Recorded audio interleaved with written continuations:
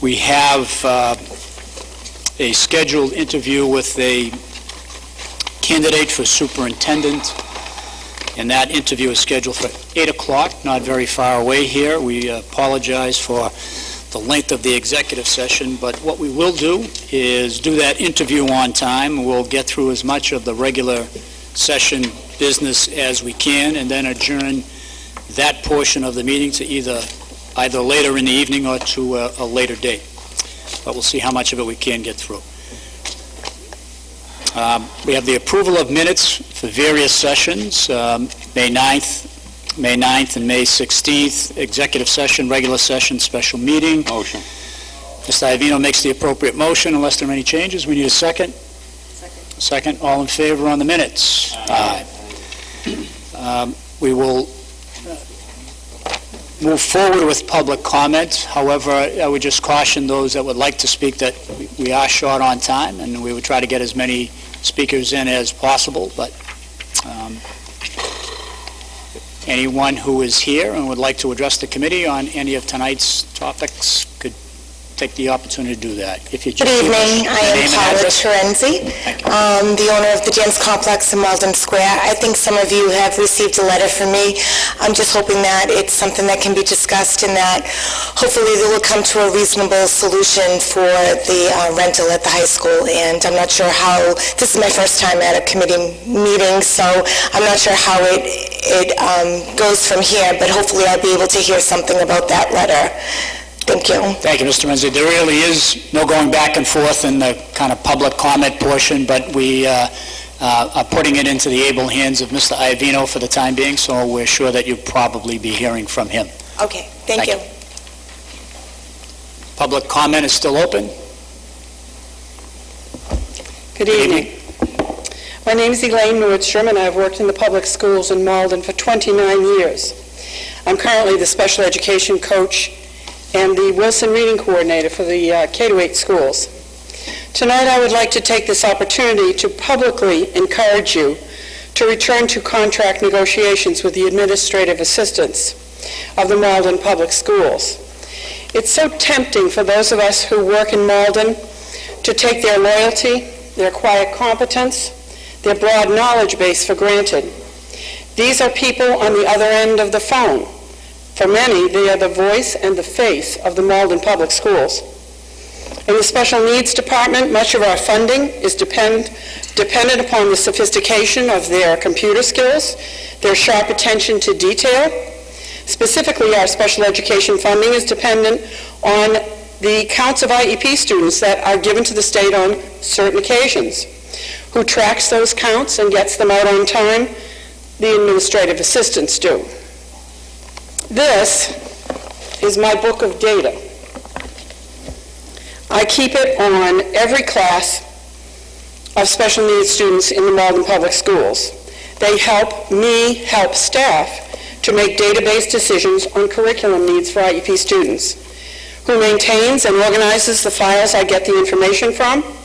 Who initiates the evaluation process that's necessary in order to give due process to IEP students under the law? Who checks and finalizes those IEPs into our database? The administrative assistants do. This is my paycheck. Who makes sure it gets to me every week? Who makes sure that it's accurate and that you don't overpay me? Who helps me understand changes in deductions? Tracks my sick days? Administrative assistants do. This is my health card. Who carefully and patiently explain the options open to me and listen to my individual health care needs in order to make the best decision? A representative from Harvard Pilgrim?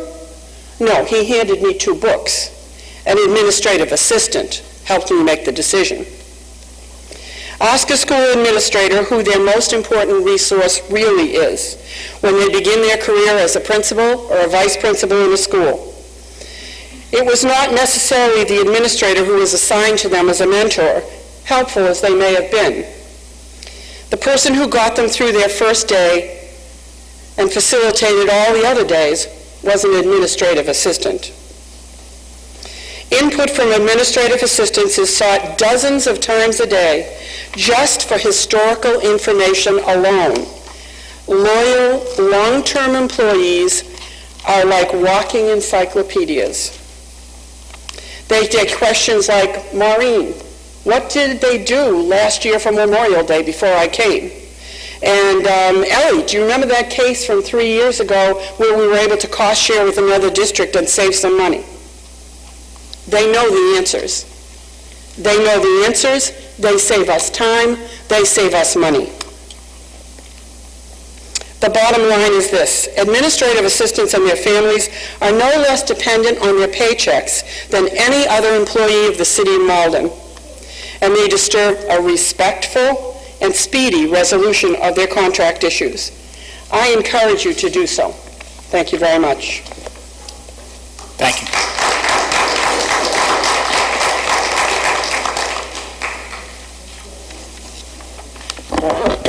Good evening. My name is Manjula Karamchedi, and I am the Director of Guidance for the Malden Public Schools. I'm here tonight to extend publicly my support for our administrative assistants in the Malden Public Schools. I've been in Malden for 2.5 years, and I can honestly say that the gains and strides that we have made in the school counseling department would not have been possible without the tireless work that these women do. The administrative assistants work tirelessly. They are our front lines. They also work behind the scenes to make sure that school counselors are delivering the best program that they can. I have a list of some of the things that administrative assistants help us with: new student registration, MCAS coordination, score reporting, AP coordination, and just a week ago we administered over 700 exams, and it is definitely something I couldn't have done by myself as the AP coordinator. It was administrative assistants who helped me with that. Student records, scheduling, high school transcripts, college applications, SATs, scholarships, college visits, purchase orders, grants management. We've gotten 3 big grants recently through Race to the Top, our 8th to 9th grade transition program, and Mass Grad, which is a dropout prevention, intervention, and recovery grant. I wouldn't be able to do all the pieces of those grants between writing and following up without the administrative assistants. They are very important to us. They're a part of our team. We wouldn't be successful without them. So I hope that you, in your deliberations and your discussions, support them and recognize how important they are to us. Thank you. Thank you. I don't really know if I'm going to need the mic, but my name is Dan Keefe. I'm the Director of Athletics, PE, and Health for the district. And from an athletic standpoint, you know, everything to me kind of equates back to team. All right, they are vital to everything that goes on within my department, within phys ed, within health, and within athletics. I deal with every one of them at every building, and I deal with every one of them here at City Hall. And for me, they process POs for me. They deal with scheduling the facilities for me. Everything goes through them. Within my office, you know, with Barbara Shabelli, I mean, really, she's the backbone of what gets done in there for me, dealing with Judy Sullivan up at the high school in the main office, you know, tracking down kids, dealing with every single administrative assistant in all the buildings with all my phys ed teachers and all the health teachers. And, you know, and again, everything is teamwork for me, and I think as a district, on a teamwork sense, you folks, you need to sit down and open up negotiations with them again. I think it really has to be done. Otherwise, what you're going to see, they are so integral to what we do every single day. In my opinion, I think it's going to become counterproductive at some point in time unless this moves forward. Thank you. Thank you.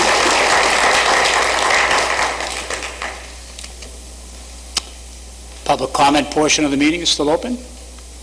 Seeing no others approach, we'll consider that portion closed and move on to the next agenda item, which we will take out of order. We'll move on to item number 6, consent agenda.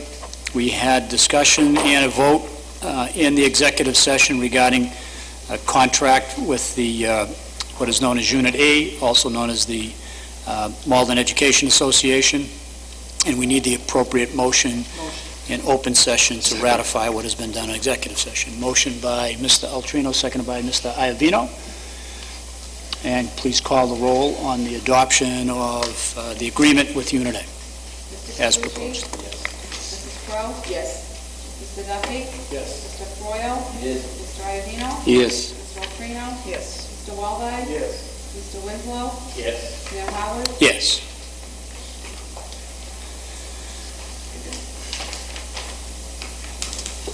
Moving on to item number 4, Superintendent's reports, considering that it's 15 minutes before the hour. Excuse me, just have 2 items I want to report on. I'll take them a little bit out of order here. First of all, we do have a time on learning proposal that is now being considered by the members of the MEA. Marguerite Gonsalves and I met last week and came up with a proposal that we believe is fair and equitable. All of the members have the proposal, so I'll not go into any real detail about it other than to say that the Teacher's Day remains exactly the same. The change in time for the students is that in K through 6, their school day will be extended by 15 minutes. That will recover the time that we need in order to meet the time on learning requirements of the DESE. In addition, the 7th and 8th grade students' day would shift a bit. It would start 10 minutes later, end 10 minutes later, but they would have the same amount of instructional time since they already meet the time on learning requirements. So I wanted to make sure you understood the proposal, had it in hand. Our intent is hopefully to have an agreement so that we can move forward with a side letter by the end of this week. As I said before, Ms. Gonsalves is working with all of the buildings to try and make a determination on whether or not consensus can be built by her membership, and we will further discussions about this during this week. Any questions? Questions on the superintendent's report on time on learning? Okay, the second item is a budget update. I will defer to the budget subcommittee. We met earlier this evening to discuss the current conditions of the proposed budget. It is not, the substance of it has not changed since you last saw it, so I will defer to the subcommittee if they would like to raise any other items or questions at the end of the meeting. Outside of questions, that concludes my portion of the reports. Thank you, Superintendent. Mr. Altrino, Ms. Crowe, do you have any anticipated dates for budget subcommittee consideration? At this point, Mr. Chairman, we do not have any exact date. The Budget Subcommittee felt it would be best to wait till the Senate finishes. Mr. Iavino, I believe, told us they'd probably finish the end of the first week of June. We'd like to see what that final number comes out before we're playing, shuffleboard again with numbers that are not real.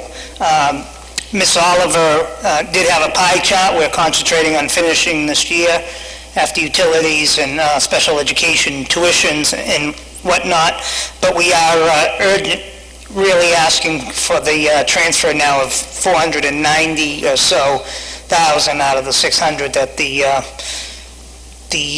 city council was so nice to put aside for us. So we would really need those funds, and those funds are very important so we're not taking away any more of the race to the top or stimulus money that would take away from salaries and positions for next year.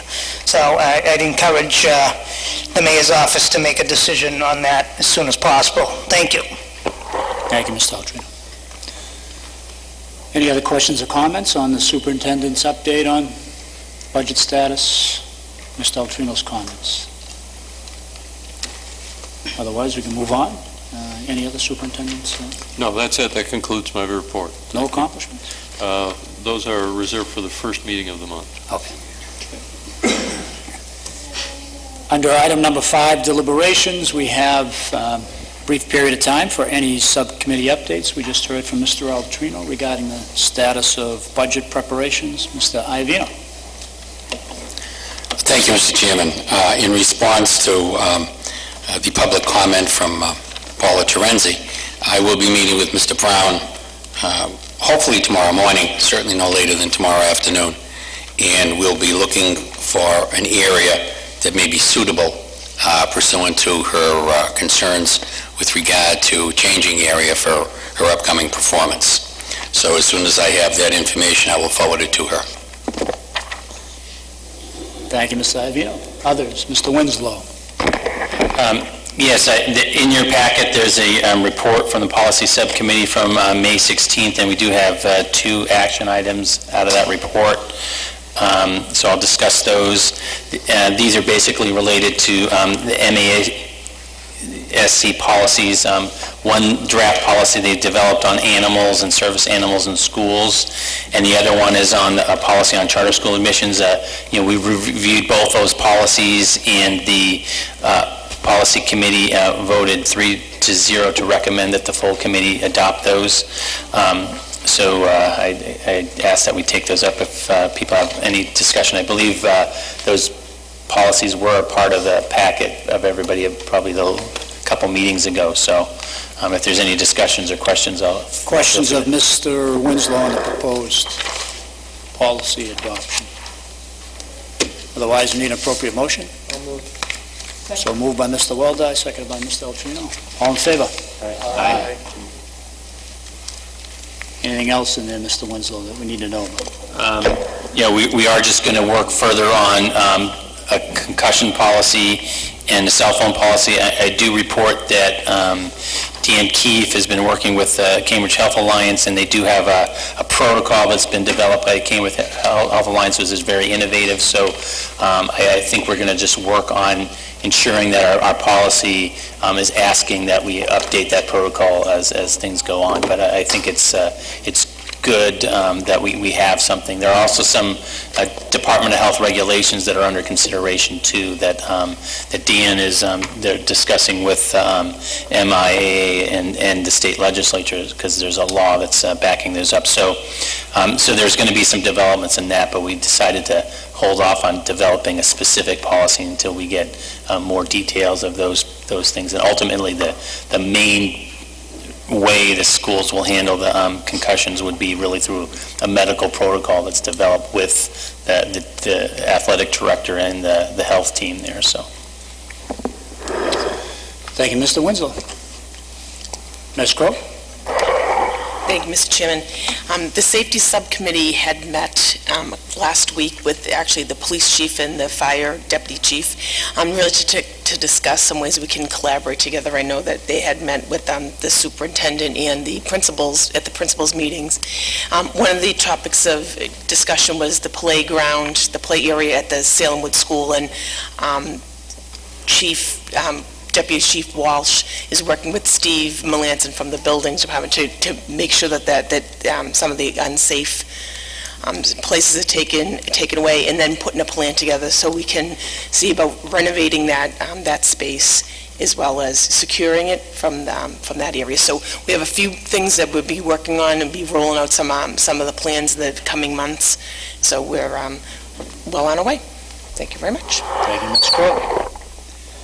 Any other subcommittee reports? If not seeing any, the chair will declare a brief recess for about 5 minutes or so. We'll prepare our candidate, and Mr. Hardy and Ms. Ronzio will get the candidate situated. We'll come back out and conduct the interview. In recess.